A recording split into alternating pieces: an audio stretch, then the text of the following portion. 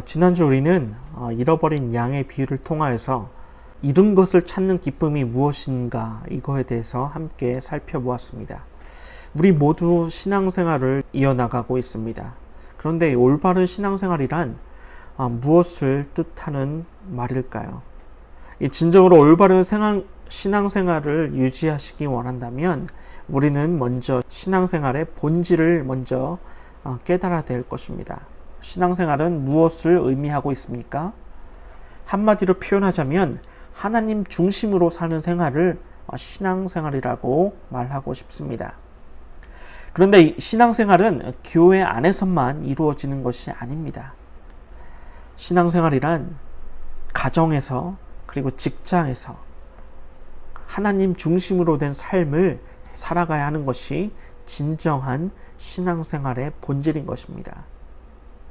하물며 취미생활에서도 하나님 중심으로 취미생활을 해야 하는데, 만약에 취미생활을 하는 가운데 있어 하나님과 나와의 교제 가운데 이 방해 요소가 있다면 그것을 반드시 다시 한번 고민해 봐야 할 것입니다. 이처럼 우리가 무엇을 하든지 하나님을 기쁘시게 해드리는 삶이야말로 진정한 신앙생활의 근본이 되는 것입니다. 하나님을 즐거워하고 하나님으로 만족하며 그분을 기쁘시게 하는 삶이 진정한 신앙생활의 본질인 것입니다. 억지로 하는 것이 아니라 내 자신이 스스로 먼저 하나님을 만나야 하는 갈망이 있어야 하고, 하나님을 섬기는 것이 정말 기쁨이다, 이러한 마음가짐이야말로 진정한 신앙생활의 본질이 될 수 있다는 것입니다. 성도란 무엇을 말하고 있습니까? 내가 하나님의 과분한 은혜와 그 사랑을 받은 자임을 알고서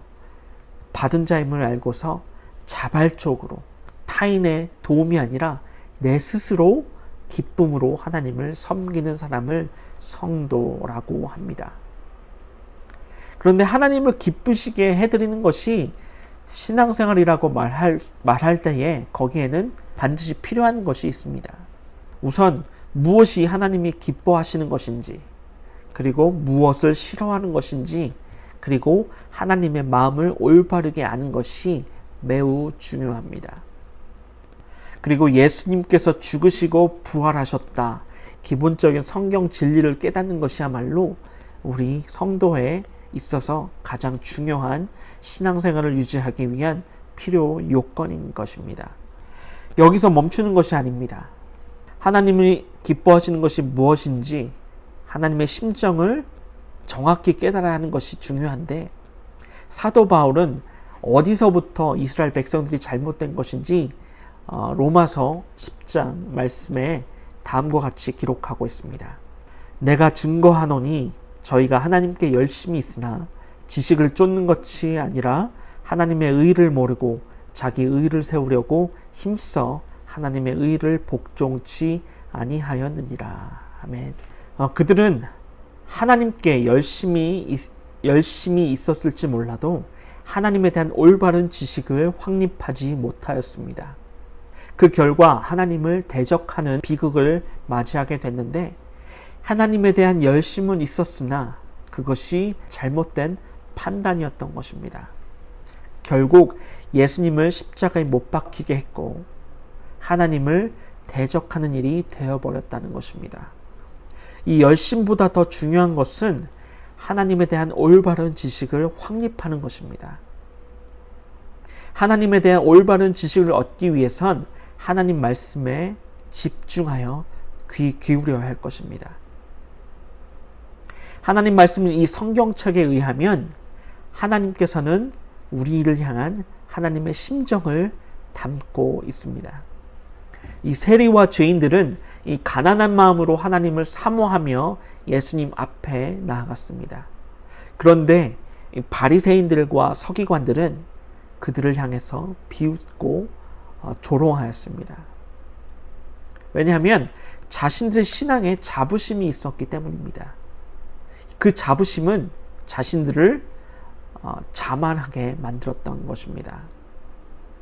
그들은 의롭게 살고 있었지만 자만심에 도취되었던 것입니다. 그들은 이미 부유했기 때문에 하나님의 말씀을 들을 자세가 부족하였고, 오히려 예수님이 세리와 죄인들에게 친구가 되어주신 것을 철저하게 비판하였습니다. 그래서 예수님께서는 누가복음 15장 말씀의 세 가지의 비유를 통해서 그들에게 하나님의 마음을 전달하기 위하여서 선한 목자와 잃어버린 양, 집념의 여인과 잃어버린 드라크마, 그리고 아버지의 사랑을 담고 있는 탕자의 비유를 그들에게 말씀하여 주시고 계십니다. 이 세 비유를 통하여서 예수님께서는 우리에게 무엇을 말씀하고 계십니까? 그것은 죄인을 향해서 하나님의 지극하신 사랑을 말씀하여 주시고 계십니다. 물론 바리새인들과 서기관들도 하나님의 사랑을 믿고 있었습니다. 그러나 하나님께서는 이 죄인들을 다음과 같이 사랑하신 것을 깨닫지 못하였던 것입니다. 오늘날 많은 크리스찬들이 입술로는 하나님을 사랑한다고 하지만 악한 죄인까지도 사랑하시는 하나님의 사랑의 깊이를 전혀 깨닫지 못하고 있습니다. 그래서 전도하자고 하면 전도할 대상이 없다고 말합니다. 그런데 여러분이 이 전도할 대상을 찾고 또한 그러한 대상자가 과연 누구일까요? 내 자신이 결정한 이 기준 때문에, 내 자신이 설정한 이 바리새인들과 같은 그 기준 때문에 우리의 신앙생활이, 전도 대상이 잘못되어지고 있다는 것입니다. 하나님께서는 우리를 사랑하시지만 하나님의 시선에서는 우리는 절대로 하나님 나라에 들어갈 수 없는 죄인임을 믿으시기 바랍니다. 하지만 이 죄인까지도 하나님께서는 사랑하셨기 때문에 독생자 예수 그리스도를 이 땅에 보내심으로 인해 우리를 구원시키셨던 것입니다. 그렇기 때문에 우리는 진실된 성도로서 하나님 말씀을 신앙생활에 철저히 적용하면서 하나님을 전적으로 신뢰해야 할 의무가 있다는 것입니다. 첫 번째로 살펴볼 것은 잃어버린 드라크마입니다. 예수님께서 말씀하신 이 두 번째 비유는 잃어버린 드라크마를 찾는 한 집념의 여인에 관한 이야기가 소개되어지고 있습니다. 드라크마란 로마 시대에 사용했던 이 화폐의 단위였는데 은으로 만든 동전이었습니다. 이 물질로도 큰 가치가 있었고, 또한 여성들은 그 너무나 아름다웠던 이 동전을 폐물로도 사용할 만큼 귀중한 물건이었습니다. 보통 대부분의 사람들은 우리가 왜 예수님을 믿어야 하는지 모르고 있습니다. 왜냐하면 자신이 잃어버린 존재라는 것을 모르기 때문에 그들의 인생이 조금 힘들어지기는 해도 하나님 없이 그래도 잘 살고 있다, 이렇게 생각하는 자신에 대한 믿음이 있기 때문입니다. 앞으로 내가 조금만 더 열심히 노력한다면 내가 원하는 세상에 충분히 누릴 수 있다는 그런 자만함이 기본적으로 깔려 있다는 것입니다. 본질적으로 자신이 길을 잃어버린 존재라는 것을 모르기 때문에, 그렇기 때문에 예수님을 믿어야 할 이유가 없다고 생각한다는 것입니다. 일단 우리 사람은 하나님 품을 떠나면 자유를 느낀다고 생각합니다. 그러나 하나님을 떠나는 순간 우리는 길을 잃게 되고 있다는 것을 꼭 기억하시기 바랍니다. 하나님을 떠나는 순간부터 우리의 앞길은 철저히 길을 잃게 된다는 것입니다. 여기서부터 하나님을 멀리 떠나게 되는 그 순간부터 비극의 순간이 시작되어집니다. 프랑스 철학자 파스칼은 이 세상에 살고 있는 모든 인간은 이 두 가지 부류로 분류할 수 있다고 합니다. 하나는 자기가 죄인이면서 이 죄인인 것을 깨닫지 못하고 있는 죄인이며, 다른 하나도 자기가 죄인인 사실을 깨닫고 있는 죄인이라는 것입니다. 이 앞서 전자는 희망이 없는 죄인이고, 후자에 말한 죄인은 희망이 있는 죄인이다, 이렇게 말하고 있습니다. 인간은 이처럼 두 가지의 부류로 분류할 수 있습니다. 바리새인들은 자신이 죄인인 줄을 모르는 죄인들이었고, 반면에 하나님 말씀을 듣기 위해 예수님의 주변에 나와 있던 세리들과 죄인들은 자신이 죄인임을 깨달은 죄인이었습니다. 이 바리새인들이 자신이 죄인이라는 사실을 깨닫지 못하는 것이 무엇일까요? 그들이 생각하는 죄란 종교 영역 밖에서 저질러지는 죄를 의미하고 있습니다. 이 사회 법과 규율을 어기는 것, 그리고 도덕과 윤리적 차원에서 저질러지는 죄를 말하고 있습니다. 세리와 죄인들은 이 세상 사람들로부터 지탄을 받기 때문에 이 자신이 범접한 죄인이라는 사실을 인정하지 않을 수 없을 뿐이고, 그래서 자신들의 죄에 대해서 무게를 느끼며 살아가고 있습니다. 그렇기 때문에 죄인들을 향한 예수님의 초청은 그들을 적극적으로 반영한 것을 의미하고 있습니다. 간절한 마음을 듣기 위해 예수님께 나왔습니다. 회개하는 자에게 임하는 사죄의 은총을 선포하는 말씀이 그들에게 너무나도 달콤했기 때문입니다. 반면에 바리새인들은 이 종교 영역 안에서도 이 범하는 죄가 있다는 사실을 자각하지 못했습니다. 이 종교 영역 안에서 짓는 죄는 눈에 보이지 않습니다. 이 겉모습이 늘 거룩한 신앙인의 모습으로 나타나기 때문에 바리새인들은 이 장로들의 유전, 그리고 이 결례를 지키는 일에 아주 적극적이며 열심이었습니다. 그들은 토라와 탈무드를 연구합니다. 그리고 봉헌과 희생제물을 바칩니다. 이렇기 때문에 종교적인 열정과 이 열심을 하나님을 감동시키고 그 은혜를 얻게 된다는 착각을 하고 살아가고 있습니다.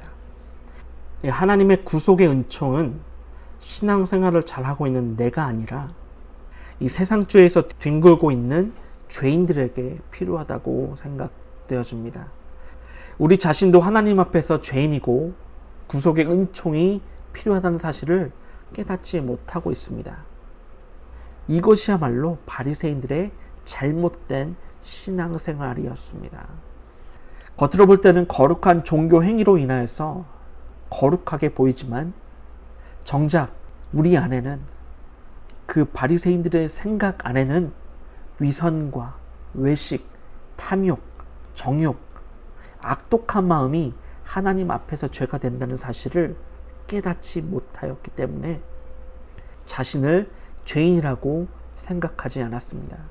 바로 이것이 예수님께 질책을 받았던 가장 큰 이유였던 것입니다.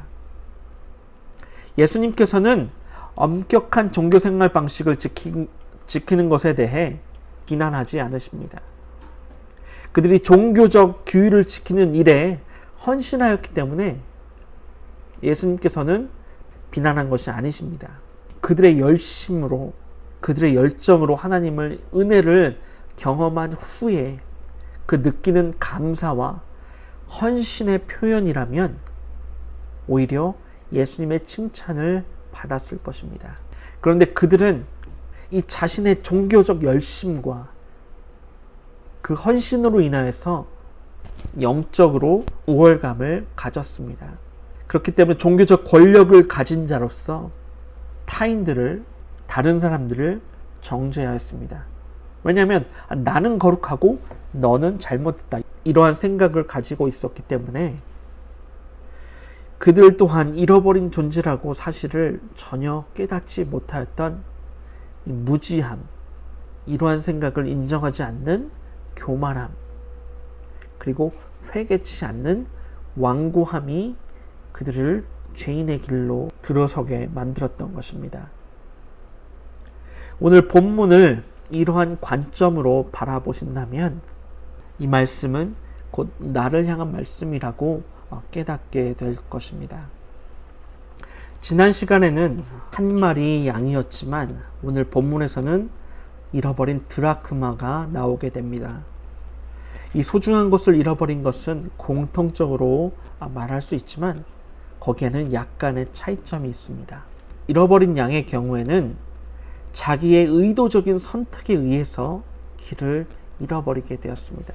그런데 오늘 이 드라크마에 나온 비유는 자기의 의도에 상관없이 잃어버린 것이라는 것입니다.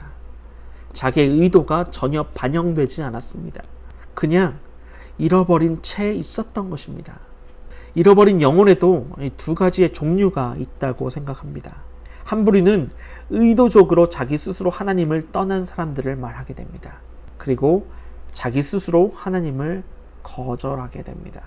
그리고 하나님 말씀을 스스로 거부하고 있습니다. 이처럼 자신의 주어진 기회가 있었지만 그 소중한 기회를 저버리고 하나님을 거부하기로 선택한 사람들을 말하고 있습니다. 다른 한 부류는 자신의 선택과 상관없이 잃어버린 채로 살고 있는 죄인들을 말하고 있습니다. 이 세리와 죄인들은 그 당시 그 사회에서 버림받았던 사람들이었습니다. 그 어느 누구 한 명도 그들에게 하나님의 백성으로 받아주고 있지 않습니다. 그러나 하나님께 거절당한 사람으로 그들은 알고 있으며 아무 이유 없이 그렇게 살아가고 있었던 사람들이었습니다. 우리 주위에 이렇게 불행한 가운데 삶을 시작하게 된 사람들이 얼마나 많은지 모릅니다. 그런데 그들은 그것이 자신의 운명이라고 그렇게 살아가고 있습니다. 하나님께서 거부하신다고 생각하게 됩니다. 그런데 예수님의 오늘 이 비유를 통해서 그들 또한 죄인과 세리들을 향해서 하나님의 사랑의 대상인 것을 예수님은 가르쳐 주고 계십니다. 하나님의 마음이 그들에게 달려가고 있다는 것을 직접적으로 말씀하여 주고 계십니다. 여러분, 잃어버린 영혼이 그 먼 곳에만 있는 것이 아닙니다. 바로 우리 곁에, 내가 가장 가까운 이웃들의 앞에, 바로 우리 곁에 잃어버린 영혼이 있을 수 있다는 것입니다. 교회에 출입한 지는 오래되었지만 구원의 문제를 해결받지 못한 사람들, 이러한 사람들이 최근 늘고 있습니다. 나는 진심으로 구원받았나? 이 질문 앞에서 한 번도 진지하게 고민하지 않고서 교회 다니는 교인들이 현대인에게는 확실히 문제될 수 있습니다. 내 영혼이 십자가 앞에서 무릎을 꿇고 자신이 진실로 죄인임을 뼈저리게 깨닫고 회개하며 예수 그리스도를 나의 주님, 나의 하나님으로 받아들인 적이 없는 사람이 과연 우리 가운데는 없을까요? 겉모습은 우리가 너무나도 잘 알고 있는 기독교인의 모습으로 살아가고 있습니다. 그래서 주일도 빠지지 않고 매주 나오게 됩니다. 그리고 헌금도 하나님께 바칩니다. 봉사도 합니다. 그런데 결정적으로 주님이 나는 너를 모른다 이렇게 말씀하신다면 얼마나 당황스럽고 슬픈 날이 되겠습니까? 마태복음 7장 22절로 23절 말씀입니다. 그날에 많은 사람이 나더러 이르되 주여 주여 우리가 주의 이름으로 선지자 노릇하며 주의 이름으로 귀신을 쫓아내며 주의 이름으로 많은 권능을 행치 아니하였나이까 하리니 그때에 내가 저희에게 밝힌 말하되 내가 너희를 도무지 알지 못하니 불법을 행하는 자들아 내게서 떠나가라 하리라. 아멘. 얼마나 무서운 말입니까? 두 번째로 살펴볼 말씀은 집념의 여인입니다. 오늘 본문에서 아주 다행스러운 사실은 이 여인이 드라크마를 잃어버리지 않았다는 것입니다. 이것이 바로 복음일 줄로 믿습니다. 바로 이것이 하나님의 은혜입니다. 그렇습니다. 우리는 우리 자신은 잃어버린 자리에 놓여져 있던 사람들입니다. 그런데 놀라운 사실은 그 누군가가 우리를 잊지 않고 있다는 사실입니다. 이것이 바로 하나님의 놀라우신 사랑입니다. 이사야 49장 15절 말씀에 여인이 어찌 그 젖먹는 자식을 잊겠으며 자기 태에서 난 아들을 긍휼히 여기지 않겠느냐. 그들은 혹시 잊을지라도 나는 너를 잊지 아니할 것이다. 이렇게 말씀하십니다. 자기가 낳은 자식을 잊어버리는 어머니가 어디 있겠습니까? 그러나 어머니가 자식을 잊을지라도 하나님께서는 우리를 잊지 않으신다. 이렇게 말씀하십니다. 이것이 바로 하나님의 사랑임을 믿으시기 바랍니다. 이 비유에서 우리는 우리를 향한 하나님의 사랑과 열심 그리고 집념을 깨닫게 됩니다. 여인은 등불을 켜고 그 잃어버린 드라크마를 찾고 다닙니다. 왜 등불이 필요할까요? 우리가 어두운 곳에 다니고 있기 때문입니다. 하나님을 멀리하는 사람은, 하나님을 멀리 떠난 삶은 어둡게 생활하고 있습니다. 지혜가 있다고 하나 이 스스로 우둔한 자가 되어서 나무로 그리고 돌로 우상을 만들어 놓은 채 그것을 신이라고 섬기고 있습니다. 또한 물질을 신으로 섬기고 있습니다. 쾌락을 일삼고 있습니다. 성공을 섬기고 있습니다. 이뿐만이 아닙니다. 얼마나 많은 사람들이 마약과 도박에 빠져 있습니까? 이 방탕으로 인생을 망치는 사람들이 너무나도 많습니다. 이것이 하나님을 떠난 인생의 어두움이 아니고 무엇이겠습니까? 에베소서 4장 18절로 19절 말씀입니다. 저희 총명이 어두워지고 저희 가운데 있는 무지함과 저희 마음이 굳어짐으로 말미암아 하나님의 생명에서 떠나 있도다. 저희가 감각 없는 자 되어 자신을 방탕에 방임하여 모든 더러운 것을 욕심으로 행하되. 참비신 예수님께서 우리를 향해 다가오고 계십니다. 그리고 우리를 찾으십니다. 사망의 그늘에서 방황하고 있던 우리, 이 죄 가운데서 방황하고 있던 우리 자신을 예수님께서는 찾으십니다. 어느 여자가 10드라크마가 있는데 하나를 잃으면 등불을 켜고 집을 쓸며 찾도록 부지런히 찾도록 찾지 않겠느냐. 이 여인은 잃어버린 드라크마를 찾기 위해서 방 구석구석을 모두 찾고 있습니다. 어떻게 하든지 이 잃은 드라크마를 찾고야 말겠다 하는 이 여인의 심정을 한번 상상해 보시길 바랍니다. 예수님께서는 자신의 잃어버린 그 한 사람을 찾고 있는 하나님의 모습을 이 드라크마를 찾고 있는 여인으로 묘사하고 계십니다. 그것은 여인의 집념이 잃어버린 영혼에 대한 하나님의 열심을 나타내주고 있기 때문입니다. 이 대부분의 남자들은 대충대충 하며 살고 있습니다. 그런데 여인들은 그렇지 않습니다. 폐물을 잃어버렸을 때 어떻게 하십니까? 포기하지 않고 그것을 찾을 때까지 찾고 또 찾고 또 찾을 것입니다. 아마도 하루 이틀이 걸려도 결국 찾아낼 것입니다. 왜냐하면 이 드라크마의 의미가 여인의 마음에 들어가 있기 때문입니다. 이 당시 유대인들은 결혼을 하게 되면 신랑은 신부에게 결혼 지참금을 선물로 주게 됩니다. 여기에 등장하는 10드라크마도 아마 결혼 지참금이었을 것입니다. 그리고 문화대로 이 드라크마들을 줄에 꿰어 목에 걸고 헤어밴드를 만들어 걸었습니다. 그런데 그 중에서 하나가 잃어버렸던 것입니다. 이 잃어버린 드라크마를 꼭 찾고야 말겠다 하는 소중한 의미가 담겨 있습니다. 이 드라크마로 만든 목걸이에는 결혼 서약이 들어가 있습니다. 그러므로 절대로 포기할 수 없었던 것이죠. 그 10드라크마 중에서 하나를 잃어버리게 되면 아마도 그 여인은 파혼에 이를 수 있었기 때문에 그 여인의 심정은 간절한 여인의 의미를 담고 있습니다. 그렇기 때문에 이 여인은 그 드라크마를 찾을 때까지 찾고 또 찾았던 것입니다. 이 여인의 집념을 통하여서 우리는 절대로 포기하지 아니하시는 하나님의 사랑을 깨달을 수 있습니다. 오늘 이 사실이 저와 여러분들에게 허락하시는 중요한 메시지인 줄 믿으시기 바랍니다. 하나님께서는 선언하십니다. 나는 너를 절대로 포기할 수 없다. 이것이 하나님이 우리를 향한 집념인 것입니다. 하나님의 열심으로 우리를 찾으십니다. 그렇습니다. 우리가 창조되었을 때에 창조되기 훨씬 이전부터 하나님께서는 거룩한 언약 속에 사랑의 대상으로 우리를 선택하여 주셨습니다.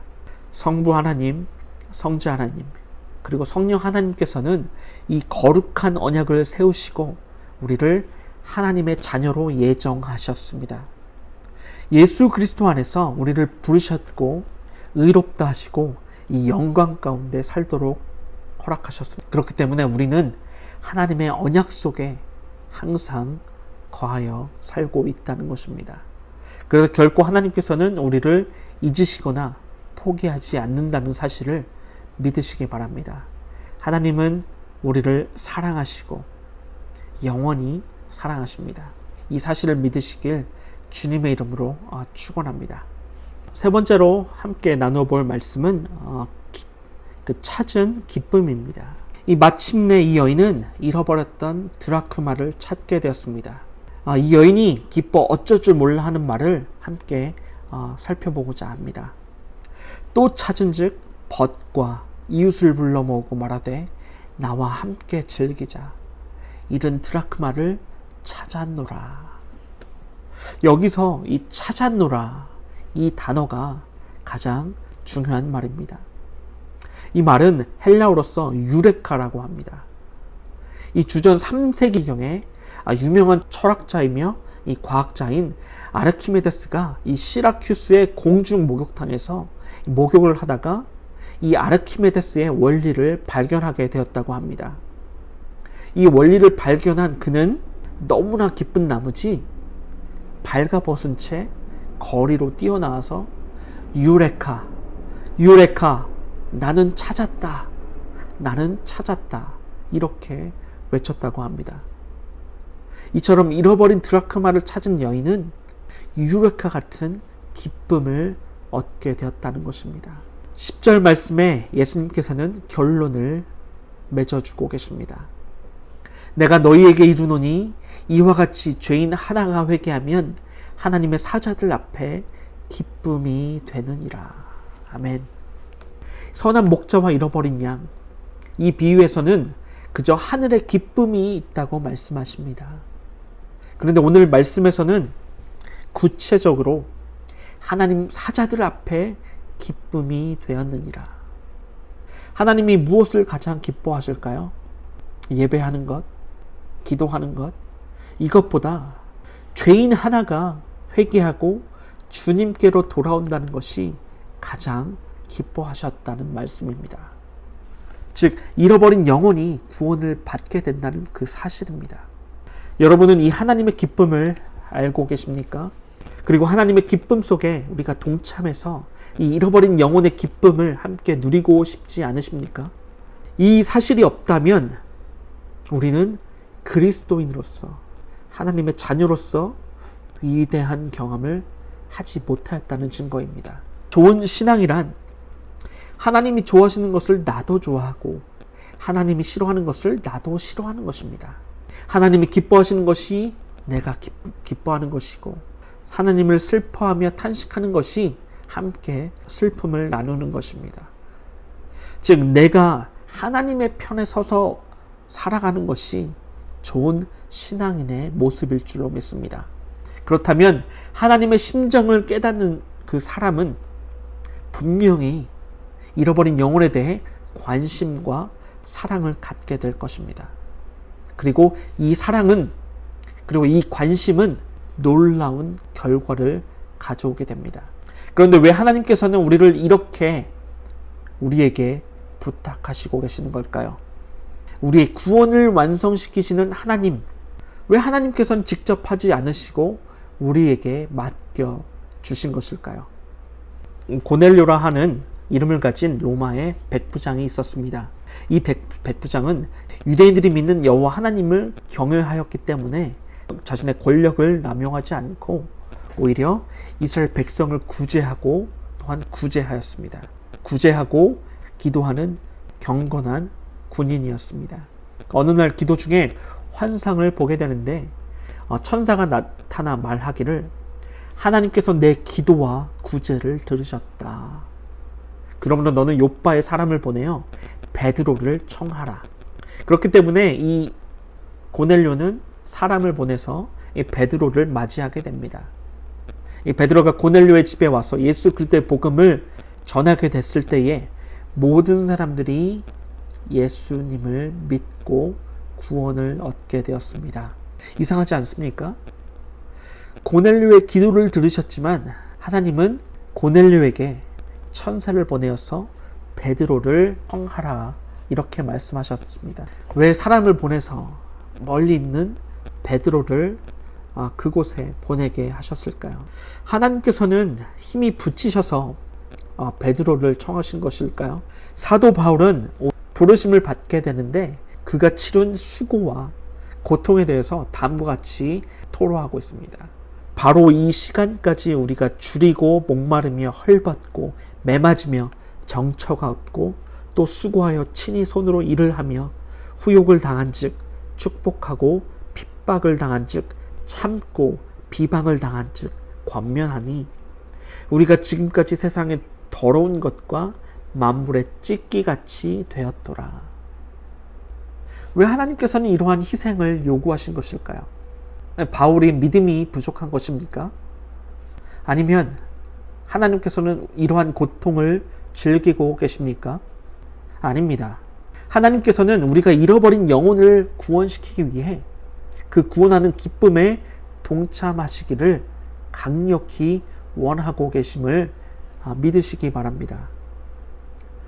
영혼을 구원하는 영광을 우리에게도 허락하셨습니다. 천국을 유업으로 받은 자답게 이 땅에서 자기의 희생과 그 자기의 섬김을 통하여서 예수님께서 받으신 영광을 동일하게 누리기 원하신 그 사실 때문입니다. 그렇기 때문에 그리스도인의 복음을 위한 고난은 영광이요 축복이 된다는 것입니다. 말씀을 마치겠습니다. 예수 그리스도는 교회의 머리 되십니다. 교회는 예수 그리스도의 몸이 되십니다. 그리고 우리는 예수 그리스도 몸의 지체가 된다는 것입니다. 이 머리 되신 예수 그리스도께서 너희는 가서 온 족속에게 복음을 전하라 이렇게 명령하십니다. 그리스도의 몸의 지체인 우리가 발이 되어서 그곳으로 복음이 필요한 그 땅으로 달려가야 할 것입니다. 우리가 가지 않으면 복음의 전파는 이루어질 수 없습니다. 우리가 직접 말하지 않는다면 복음은 전파되지 않습니다. 바로 이것이 하나님께서 우리를 택하신 목적이고 방법이 된다는 것입니다. 전능하신 하나님께서는 우리를 의존하시기로 스스로 제한시키셨습니다. 영광이요 감사인 동시에 우리의 책임일 줄로 믿습니다. 여러분 어떻게 하시겠습니까? 오늘 이 시간 하나님의 기대에 부응하시고 하나님을 기쁘시게 하시는 저와 여러분 되시길 주님의 이름으로 축원합니다. 기도하시겠습니다. 사랑의 하나님 아버지, 감사와 존귀를 높여드립니다. 어두운 사망의 그늘 가운데서 주님의 빛으로 구원시켜 주심에 감사를 드립니다. 우리를 주님의 귀한 보혈로 구원하여 주시고 주님의 신부로 맞아 주심을 감사드립니다. 주님을 믿음에 경건한 신앙생활을 한다고 하지만 세상의 유혹이 너무나도 달콤하였기 때문에 죄의 유혹에서 빠져나오지 못함을 고백합니다. 그리고 이런 것을 다시 찾았을 때에는 마냥 기쁘고 즐거운 줄 알았지만 죄인을 영접한 주님을 보고 바리새인과 서기관들은 못마땅해 하였듯이 우리 안에 있는 남을 정죄하는 모습들을 주님께 고백합니다. 사랑의 하나님, 날마다 주님의 마음을 찾게 하시고 우리 안에 잃어버린 드라크마가 있다면 다시 한번 찾게 하여 주시옵소서. 무엇보다도 주님을 마음에 품게 하시고 잃은 영혼을 다시 찾을 때에 누구보다 더 기뻐할 수 있는 그러한 마음을 허락하여 주시옵소서. 코로나로 인하여서 믿음이 흔들리기 쉬운 때입니다. 주님의 능력의 오른손으로 붙들어 주시고 굳건한 믿음으로 바르게 신앙생활을 영위하는 축복된 가정들로 임하게 하여 주시옵소서. 날마다 감사가 넘치고 축복이 임하게 하여 주시옵소서. 현실에 부딪히는 여러 가지 일들로 인하여서 믿음을 잃어버리지 않게 하시고 날마다 주를 찬송하고 기도하게 하셔서 이 세상 가운데 그리스도의 의로서 승리하는 삶을 살도록 주님 축복하여 주시옵소서. 육신의 질병으로 고통받고 있는 성도님들을 위해 기도합니다. 주님의 손으로 아픈 곳으로 직접 안수하여 주시고 그리스도의 자녀된 삶을 살아감에 있어 건강으로 불편함 없도록 주님 역사하여 주시옵소서. 물질의 흐름에 있는 성도들에게 믿음을 더하여 주시고 감사의 고백으로 부족한 만큼 주의 은혜로 축복하사 범사에 감사하는 삶으로 주님 축복하여 주시옵소서. 오늘도 주님의 은혜에 감사드리며 우리를 구원하여 주신 예수 그리스도의 이름으로 감사하며 기도드리옵나이다. 아멘. 주기도문으로 모든 말씀 마치겠습니다. 하늘에 계신 우리 아버지여, 이름이 거룩히 여김을 받으시오며 나라의 임하옵시며 뜻이 하늘에서 이룬 것 같이 땅에서도 이루어지이다. 오늘날 우리에게 일용할 양식을 주옵시고 우리가 우리에게 죄 지은 자를 사하여 준 것 같이 우리의 죄를 사하여 주옵시고 우리를 시험에 들게 하지 마옵시고 다만 악에서 구하옵소서. 대개의 나라와 권세와 영광이 아버지께 영원히 있사옵나이다. 아멘.